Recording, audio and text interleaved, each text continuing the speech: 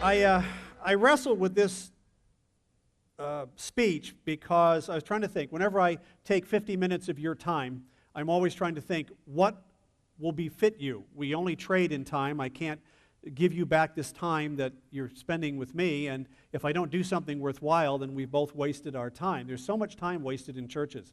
I don't know why churches a lot of times insist on teaching at 6th grade level when they're talking to adults, but they do. Or what I call the 10-minute sermon hammered out to 45 minutes, you know. And originally, Mark Bright, when he called me asking me to do a speech again, had asked me to do something on critical thinking because I did a whole course on it for our church, and they've been trying to get me to do one for Koinonia Institute. Time is really my killer. But I'm thinking, what would I do in an hour to try to help you master what I'm calling the times that are coming? And I decided to call it Critical Thinking in an Age of Deceit, because we have 4 horsemen coming towards them. I call them the 4 horsemen of John's apocalypse. And Jim Poplava is going to talk about 2 of them tonight. They're rushing towards us over the next 48 to 70 months as a country and as the world. And they are, first of all, a sovereign debt crisis, second of all, an energy crisis, third of all, a food crisis, and fourth of all, the probability of global conflict as these other crises all interact. And this paradigm change we're going through will affect the church, how we think about our lives. Our lives will not be the same. We're not going to go back and do things the way we did before. If those of you who are young enough to have kids, or foolish enough, having had 3 of our own, right, we'll be telling this to your grandkids. Well, I remember, way back in 18, when I was whatever. That's what you're going to be telling them about these times that are coming. And what I realized is that the whole issue was that of critical thinking. And critical thinking takes a whole course to teach people how to do it. It's very easy. There are very simple rules of logic that came down to us from both the Greeks and throughout the Christian tradition. It's not taught anymore in the schools, which is why so many young people have such great difficulty. And I had a choice. I could either give you lots of things that would work practically or try to give you a course in it. Logic basically being a series of methods. It's a basic principle of reasoning. That's the first thing you use it for. You use syllogisms like if, then, if this person is saved, then the consequence is this, that type of thing. And I realized I couldn't do that all in an hour. I couldn't do justice for it. One good book to teach you what logical fallacies are all about is one by Dr. Jason Lisle with Ken Ham's outfits called Discerning Truth. Very easy to go through. It teaches the 20-some-odd logical fallacies, and it starts to sharpen your mind as well as teaches you how to process logical syllogisms. So when somebody comes up and says something to you, you go, what? And you know why you're going what. You can actually process what they're saying. So I decided not to do that here. This all started when I was working at the KCBS News Radio in San Francisco. I was only, I think, 20 years old at the time. And I began to notice, here I am, a young assistant editor, and I'm trying to learn from the guys that are much older around me how these gears work in radio news.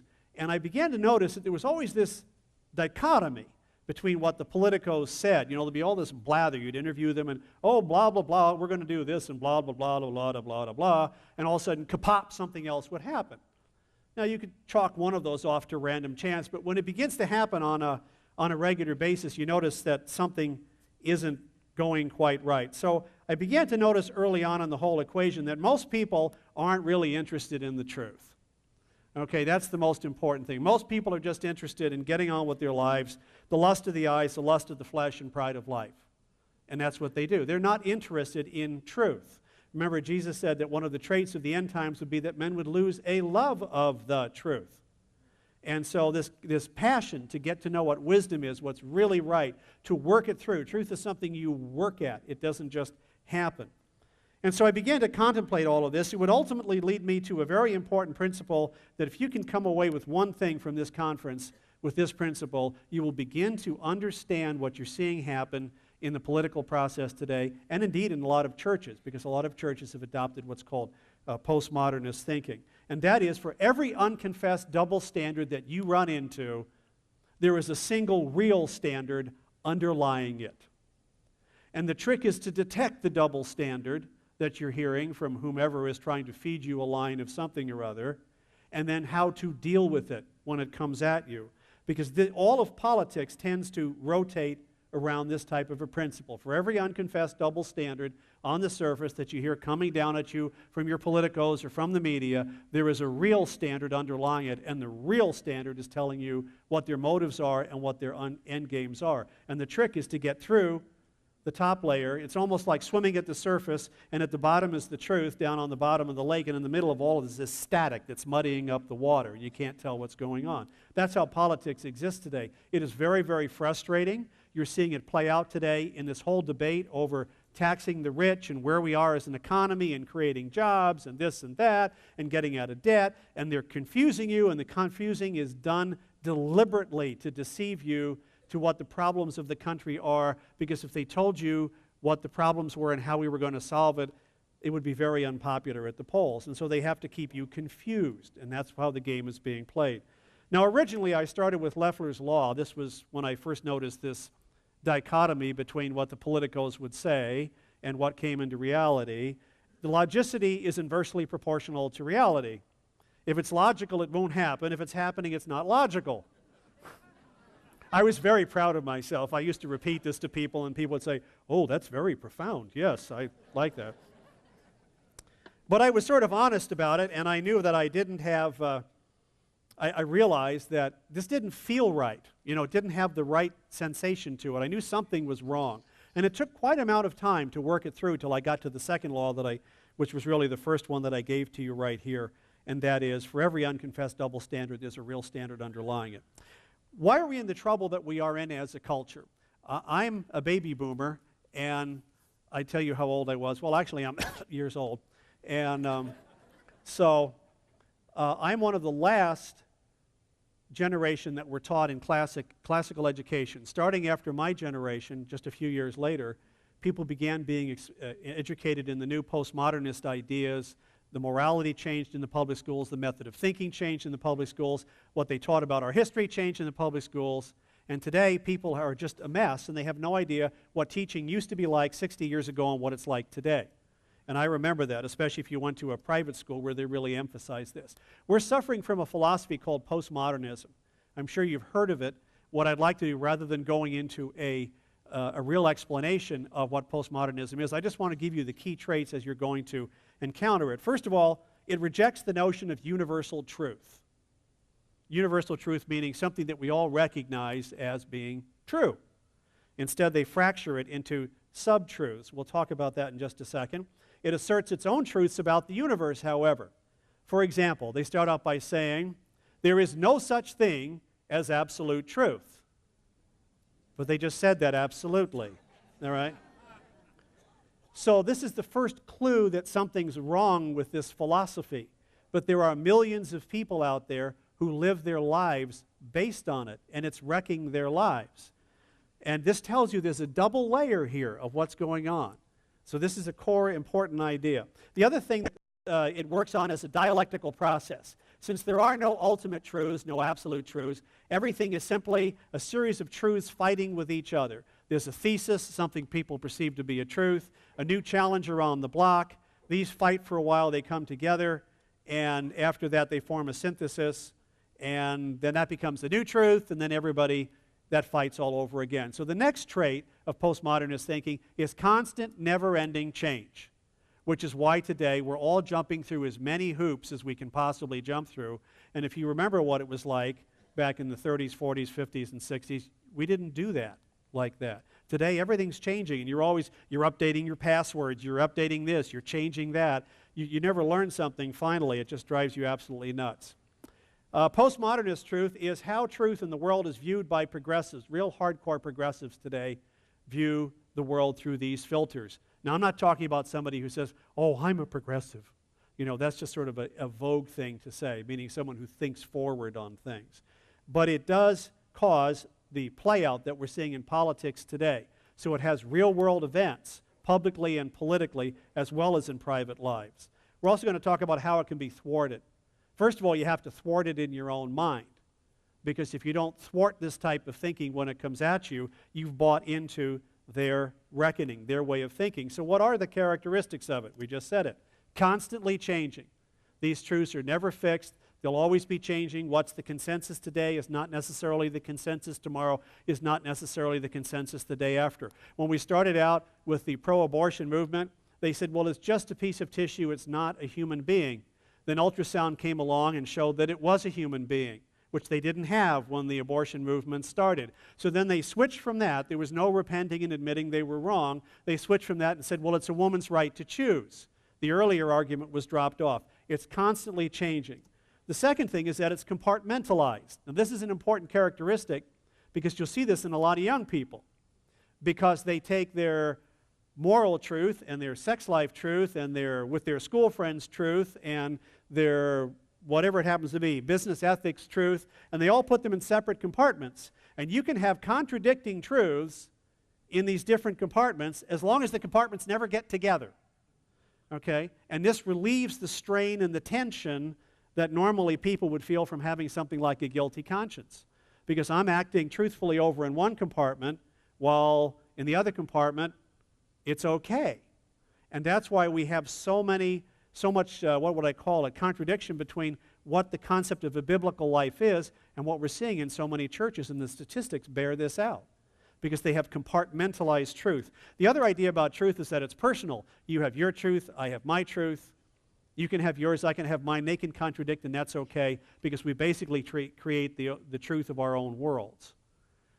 However, people who believe in that still look both ways before they cross the street, because they know absolutely, by the way, it's either them or the bus.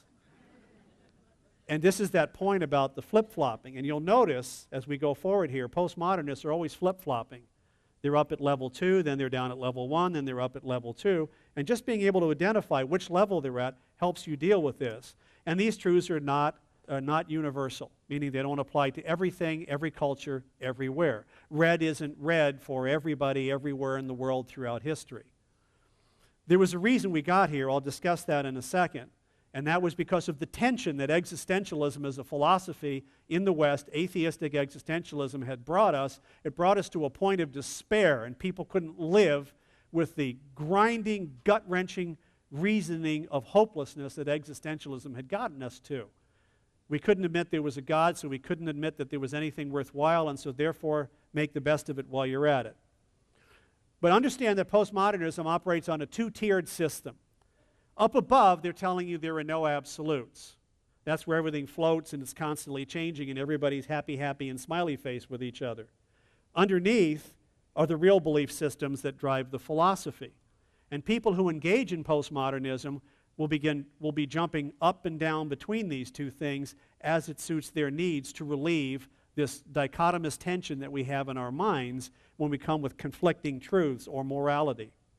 There's a fundamental rule in dealing with this. Don't play by their rules. As soon as you agree to play by their rules when they're telling you something in the marketplace of ideas, they win. Because you can't win in a pitching deck. You can't win where somebody's always changing the rules. You know, you say, I just made a touchdown. No, you didn't. Well, yeah, I did. Well, let's move the goalpost. Well, now, wait a minute. You can't do that. That's what happens in postmodernism all the time. And that's why it doesn't work in a moral system, it doesn't work in a political system, and it's wrecking the West. Critical thinking acts as a defense against this. All right, critical thinking is very important because after we came out of existentialism, we started with the Enlightenment and the French Revolution, and they enthroned reason. They took reason and made it the God of the new age. And they said we didn't need God, we just need reason. Of course, you had to think about this for a while and say, well, now, why does reason work? Well, reason works because the world is reasonable, okay? And why is it reasonable? If we look at all of the laws that run in science, all the constants that exist in science, how the universe is tuned, it has this uncanny feeling that somebody reasonable designed it, you know? But they took reason and they said, well, we should be able to get to God without having to have revelation from the Lord. We should be able to start with ourselves and reason. We should be able to work ourselves outwards and prove that. Well, it was a spectacular failure, and it took 200 years to discover that. And what we wound up in the 20th century is that we have two areas where people deal with. You have upper and lower. In this place, they're side by side. That religion and personal feelings and emotions and philosophies and what gives you meaning in life and the arts are all in one compartment. But reason and science and naturalism and atheism are in another compartment. And when you're operating in one compartment, you operate by one set of rules, and in another compartment, you operate in another set of rules. And that's why we're having trouble when Christians try to, say, for example, when we have the intelligent design movement trying to speak to the area of creation to evolutionists, they will say, that's religion, we're science. And in reality, that's not true. Because evolution, just like the idea of intelligent design, begins with a series of unprovable assumptions that are really more religion and belief and philosophy, from which we reason. All of the religions of the world are reasonable.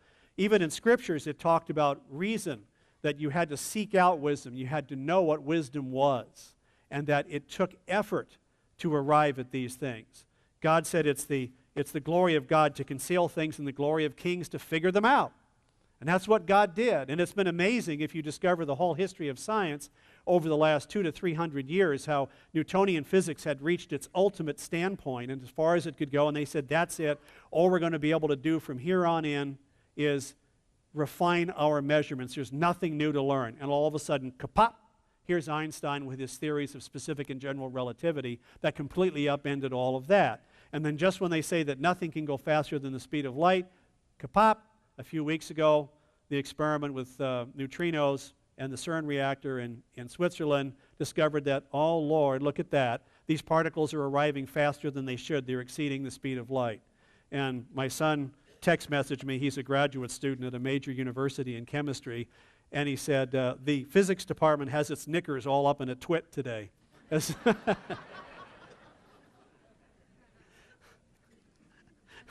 But how did we really get here? Well, you know, when people say that religion is unreasonable and that Christianity is unreasonable, this is really very, very foolish, because going all the way back to the 13th century, there was a little dispute between St. Thomas Aquinas and St. Bonaventure.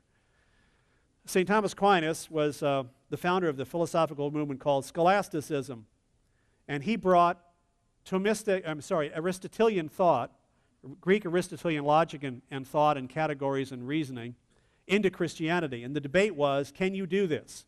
Can you bring pagan thinking into Christianity and make it work? And Bonaventure, who was a Franciscan, Thomas Aquinas was a Dominican, opposed that. He said, no, reason has fallen as well, and we can't do anything without the revelation of God to help the reason. Well, believe it or not, Thomas Aquinas won out in this particular debate.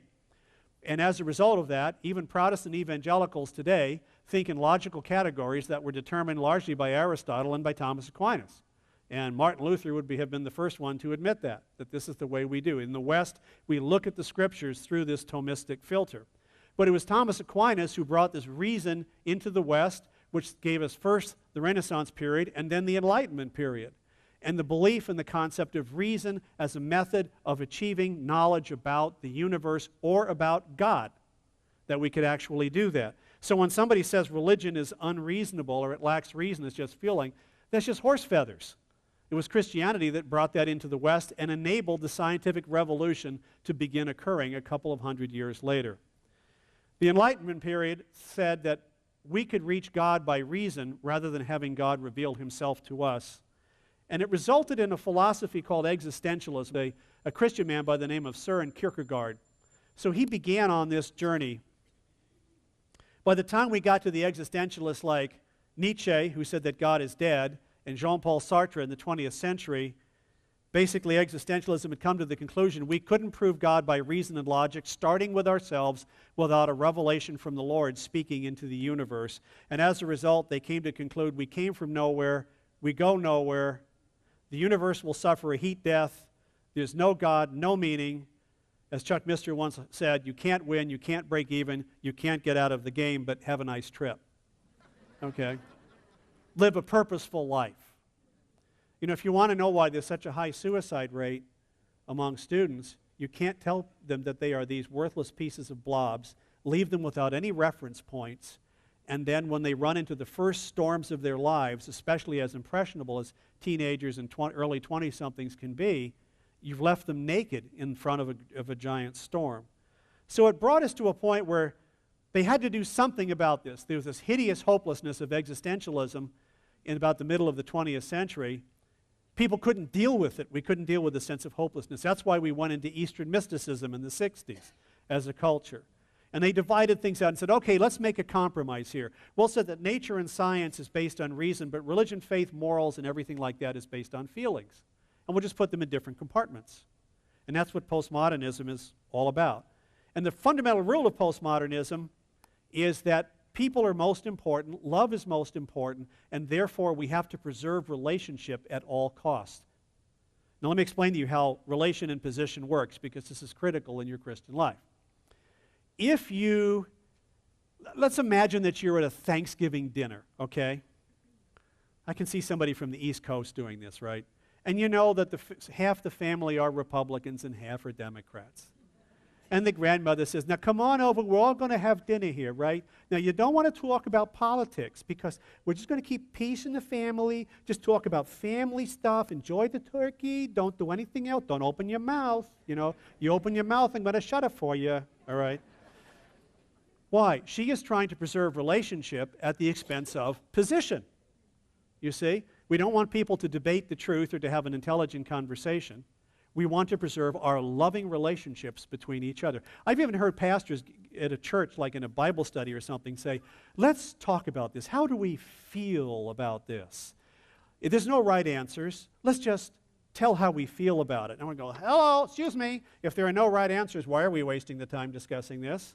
I mean, what are we discussing it towards? I don't care how you feel about it. I want to know what is right or wrong. So if you preserve relationships, your position in God and in theology and in what is true is going to take a beating.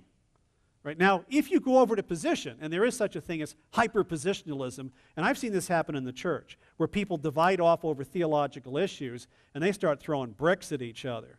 Okay, if you take a hardcore position, my gosh, you're standing right on that position and you're holding it against all enemies. But your relationships are going to take a beating, aren't they? Because you're going to destroy your relationships with people because you will lose love. And in 1 Corinthians, Paul tells us that love is the most important thing. What does God really want us to do? He wants us to have, first of all, relationship with Him. This is important.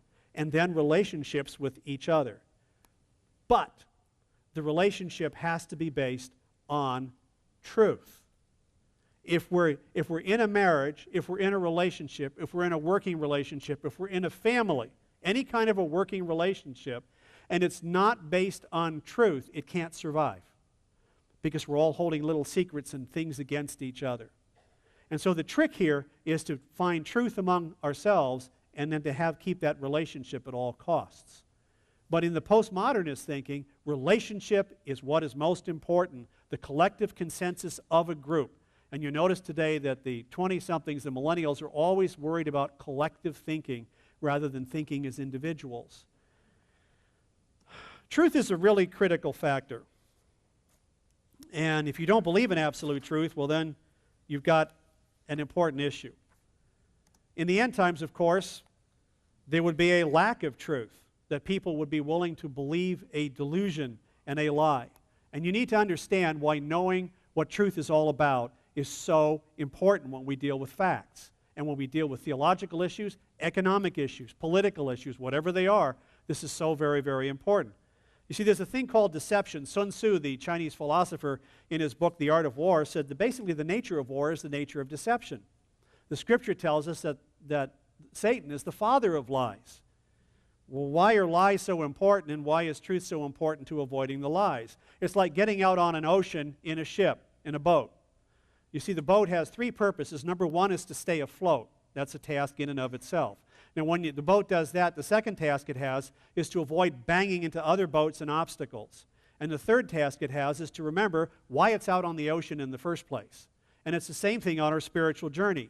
God gives us very concrete reference points that are oftentimes very much above the storm and tempest and the high waves and the disorientation we receive in our lives. And in the times of difficulty, we always have these reference points. If you live around mountains, you always know that. You know, you live in a town like we lived in Denver, Colorado for 20 years. You always knew the mountains were in the west. And no matter where you were, you could always turn around like this and go, okay, there's Long's Peak, there's Pike's Peak, that's that, I know where I am. Even if you were lost down where you were. But why deception? Well, if someone can deceive you, he can convince you that resistance is futile, because that saves him the effort of having to do anything against you. As far as Satan is concerned, he just has to convince you he doesn't exist. Then he's free to wreak havoc in your life. If he convinces you that truth doesn't exist, you won't recognize the significance of facts or danger when it approaches. If he can deceive you about his motives and goals, he's got the upper hand because you don't know what the end game is. And that's one of the keys to undoing postmodernist thinking, is figure out what the end game is, and you'll see where they're going. You can challenge it ahead of time.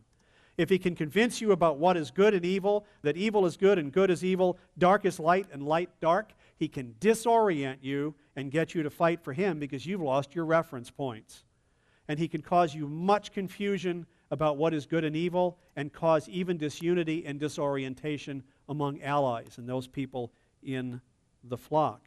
But understand that the enemy never loses sight of his reference points, of his end goal and his end games, while he's trying to get you to let loose of yours. And there are those double standards again. Up on the top, he tells you there are no absolutes, there are no reference points. But underneath, if we talk about Satan, he knows who he is, he knows who God is, he knows who Jesus is, and he knows who you is as well.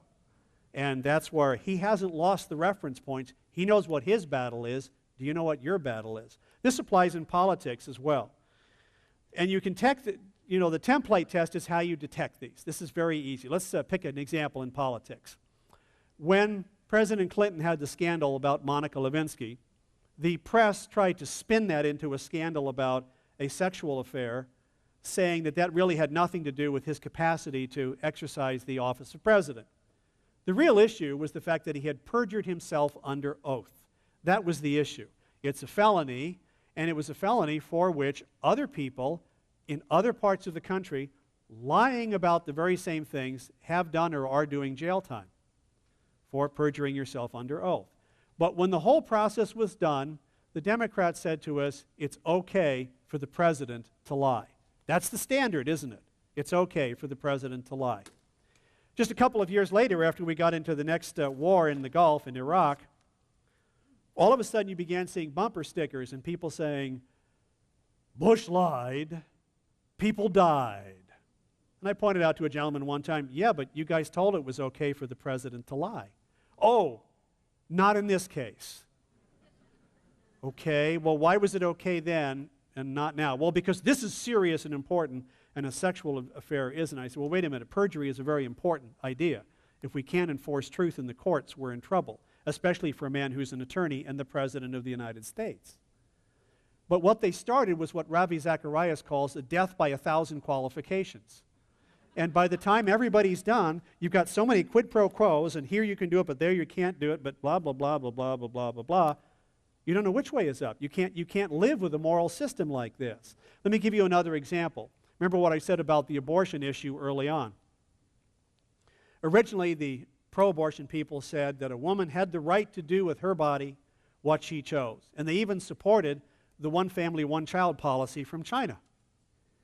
And then they discovered that because of cultural norms in China, people were choosing, selectively aborting. They wanted to have male babies instead of female babies because this is an old cultural thing in China. And of course, the people who had supported abortion in this country, many of them were feminists who discovered they were being eliminated in China. And they said, you can't do that.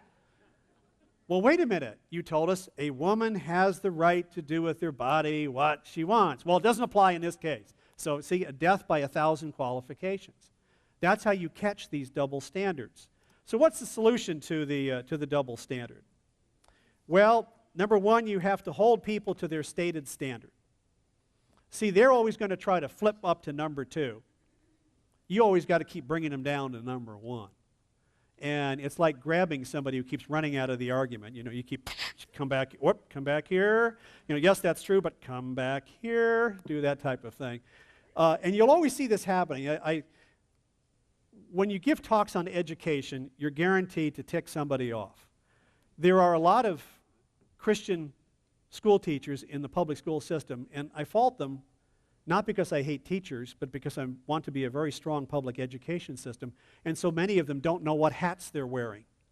On Sunday, they wear their Bible hat, but on Monday, they take that off and they put their John Dewey, Karl Marx hat on. And they have just switched worldviews, and they don't even understand that they are actually literally switching worldviews. By the way, if you want to know what worldview really drives a person, prick it.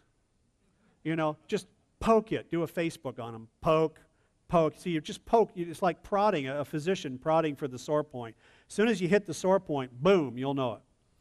Now, what happens is, if you do this right, one of these teachers will be really bothered by what you said. And he or she will come running up, and you know how you get a bunch of people around the podium after you're done. And they're all upset because you, first of all, offended them, and they're going to tell you how wrong you are. And you don't understand this. You're just not well informed. Blah, blah, blah, blah, blah, blah, blah, and they'll go on with their speech.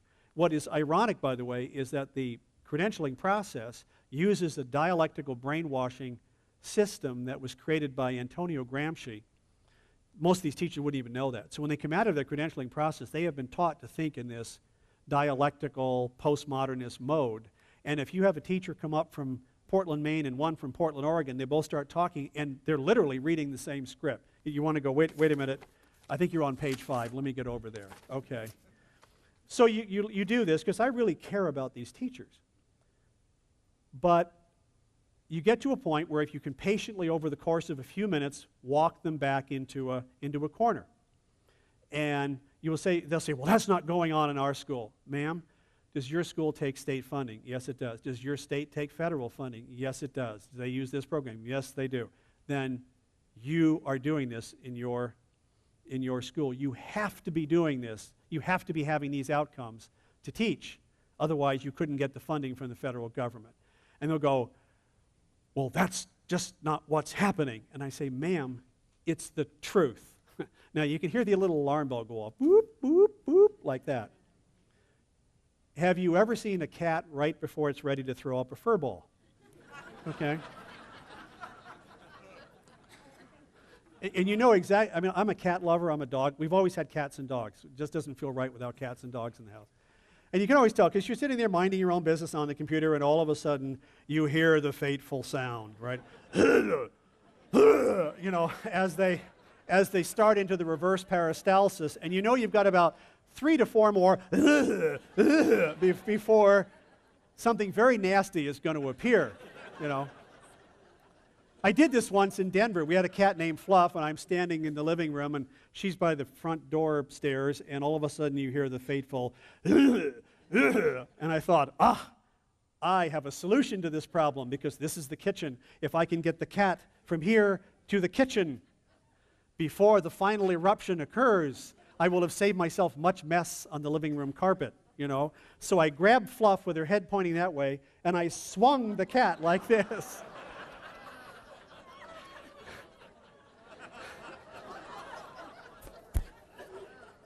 Darn cat. She had one less, and she let loose right about here, you know. So we had it all over the living room carpet, you know. It was broadcast, you know. That was one of those things like, note to self, never swing barfing cat, you know. Well, I say this because when you get a postmodernist thinker into this position, they realize they're cornered. And what have you done? Their relationship with you and their concept of how they work in their job is now in jeopardy. They now have tension in their brains, all right? Mental tension because of this. They've got to get out of it somehow. Because either they've got to say, you're right, they're wrong. If they're wrong, they're a bad person. It's destroying how the good way they feel about themselves. Therefore, I've got to stop this. So what they do, just like the cat, all of a sudden they get this pietistic look on their face. You can see it coming. And they go, well, that's truth as you see it. It's like, yeah, I always have to think in these times, you know, WWJD, what would John do? Okay? And after I figure that one out, then I think I better not do that, so I better think of something else, because I'm really trying to love the person. But what they do is they act like they have said something terrifically profound and deep and solved their problem. They have split truth in half, and put your truth in one category and their truth in another category and preserve relationship. What they really have done is chop the bottom off of their own legs, and they don't realize it. You see, if there isn't any such thing as a truth, an objective truth out there, or a way we come to reality, we can't discuss anything. All we have are all these personal I thinks. And personal I thinks have no bearing to reality, and reality always speaks last. So let's provide some real pragmatic tests now. This is how the double standard works. You always need to force people off of their level 2 arguments, always keep bringing them back down. But you said this, but you did that, but we maintain this was true, but you started out by telling us this. Always bringing them back. Now, understand there are some consequences to that, which I'd like to get to in just a second. But let's try some pragmatic tests. When a politician says, we're going to start an education program that is, no child left behind, or race to the top, which I called race to the bottom, which was really just a continuation of no child left behind, because over 30 years, despite all of the increase in educational spending, the learning curves on our children has been zilch. There's no increase whatsoever. There's no correlation. But a politician comes in and you ask them 4 questions. Okay? What does that mean? We need to reduce the deficit by increasing the inverted spending of the quotient ratio between the gross domestic product and the inflation rate is divided by the core values of the Federal Reserve System. What? Okay, what did he just say? What does that mean? Because literally, and Alan Greenspan, before he stopped being Federal Reserve Chairman, he was an expert at this. You had to learn how to speak green speak to understand what he was saying. And Ben Bernanke's trying it, but he sweats a lot more, if you notice, than Greenspan used to. So what does that mean? By asking the second question, how is it going to be implemented or enforced? The devil's in the details in the bills. And nowadays, our Congress people aren't even reading most of the bills they're passing. And all sorts of bad stuff is packed into these bills that sometimes have nothing to do with the public nature of the debate that's going on. The third thing is it voluntary or mandatory? And the last one, this is really the important one, who's going to pay for it? And that's what they're not telling you right now. Do you realize right now the problem, and Jim Paplava is going to talk about this next, the problem that we face in our country and our times right now is we have 2 diametrically opposed problems. Problem number 1 is the fact that the economy has gone over a cliff because of the subprime mortgage fiasco, which Jim, to his credit, began talking about in 2004, warning people that this was coming and that it was going to be very bad and roar through the credit markets. But we're going over a cliff. That has destroyed jobs. We now have businesses that are panicked and afraid to do anything. They may even be sitting on reserves, but they're being threatened by all sorts of new taxes and all sorts of new regulations, and the economic environment is unstable. So they're just paralyzed, especially the small to medium businesses. They're afraid to make a move. So that's why jobs aren't being created. The flip problem is the fact that the government is now saddled with an incredible, unbelievable amount of debt. And in order to solve that debt, they're going to have to tax the bejeebers out of you and me or inflate our currency into destruction in order to pay for that debt. So there are 2 problems, ours and theirs, and the solution to those are diametrically opposed to each other. And that's why you're hearing the blather babble today from the politicians about jobs and taxation and this and that and whatever. And it's a big confusing jumble for the public, all designed to simply achieve an outcome toward the next elections.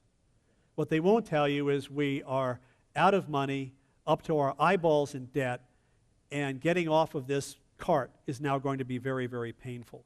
And so the question of who's going to pay for it is very important. When you're dealing with bureaucrats, this can even be church bureaucrats, by the way, if you're in large religious organizations, there are some rules for bureaucrats. A bureaucrat always has to give lip service to his public function, because that's why he or she is there, right? But a bureaucrat knows that their primary directive is to defend their job and their existence at all costs, even at the expense of their public functions. Why do you think we can't defund an overbloated national government like we have today? Do you realize, remember the Grace Commission report that came through in the early 1990s, an independent study, said we could abolish 50% of the government jobs we have today and probably wouldn't notice the difference? Just say goodbye. When you're caught, you have to remove yourself from accountability, and this is where people keep trying to get out of responsibility and put the blame on somebody else. And the last thing is, as we get into these turbulent times that are coming, you really have to remember that a bureaucrat will always, and Hurricane Katrina and Rita taught us this in New Orleans, a bureaucrat does not know how to behave in any other way than a bureaucrat. A bureaucrat's job is preserved by watching their own position and seeing if what we're going to do would be beneficial for them. What's required is courageous leadership where risks are taken. Those are two fundamentally different attitudes. And so in any crisis, a bureaucrat will still always behave like a bureaucrat. That's important. Locker room questions work a lot too. These are always fun. I like to talk to people who are in the locker room at the health club. And, you know, you can get conversations started. I call them throwing verbal hand grenades. You just pitch something into the mix to see how much of a stir it causes, you know, or ask somebody something. Good questions as to when people tell you things, like, let's go to the bottom one. You shouldn't push your values on other people. Who said? I mean, what they did is they just grabbed up into the air and they grabbed the moral principle and brought it down. Then you can ask them, well, do you believe that people should push their values on other people? No. Then why are you pushing that value on me? If you believe that you shouldn't push values, be quiet. Don't push your values on me. But I don't believe that, so I can push my values, you see. All right. All of these ideas, these nostrums you've been hearing, these all came out of postmodernist thinking. This is the kind of slop that we're on. Understand, to be really honest with you, that we have been told by Christ we are to build our house on firm foundation. All right? And when you build on postmodernist relative truth, which is the vogue today, you're building on sand. And in the rough times that are going to come, not just for the culture, but for Christians as well, we've got to build on sand, and we've got to know what those reference points are. Ask them about their unproven assumptions. Go dig for their assumptions. Make them prove their assumptions behind it. Ask them, how do you know that? Well, how do you know that? Well, these are 5,000 years old. How do you know that? And see how far you can take that, or why. Now, I should remind you that Jesus warned us about piggy reactions. Okay?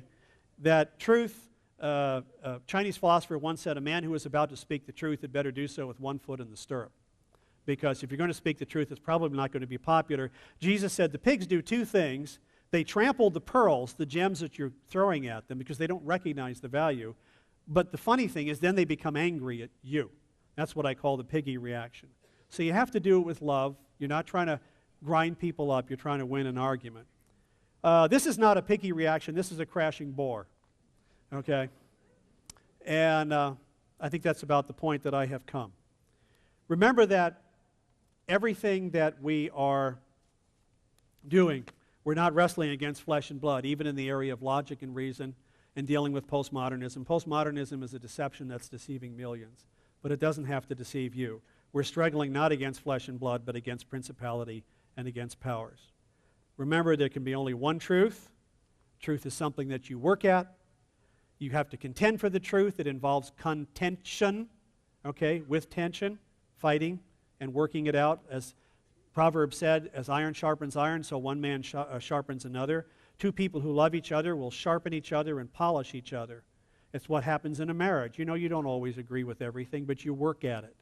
You work it. And remember, above everything else, reality always gets to speak last, and it speaks loudest. And truth always eliminates all the non-truths, no matter how unpopular that may be.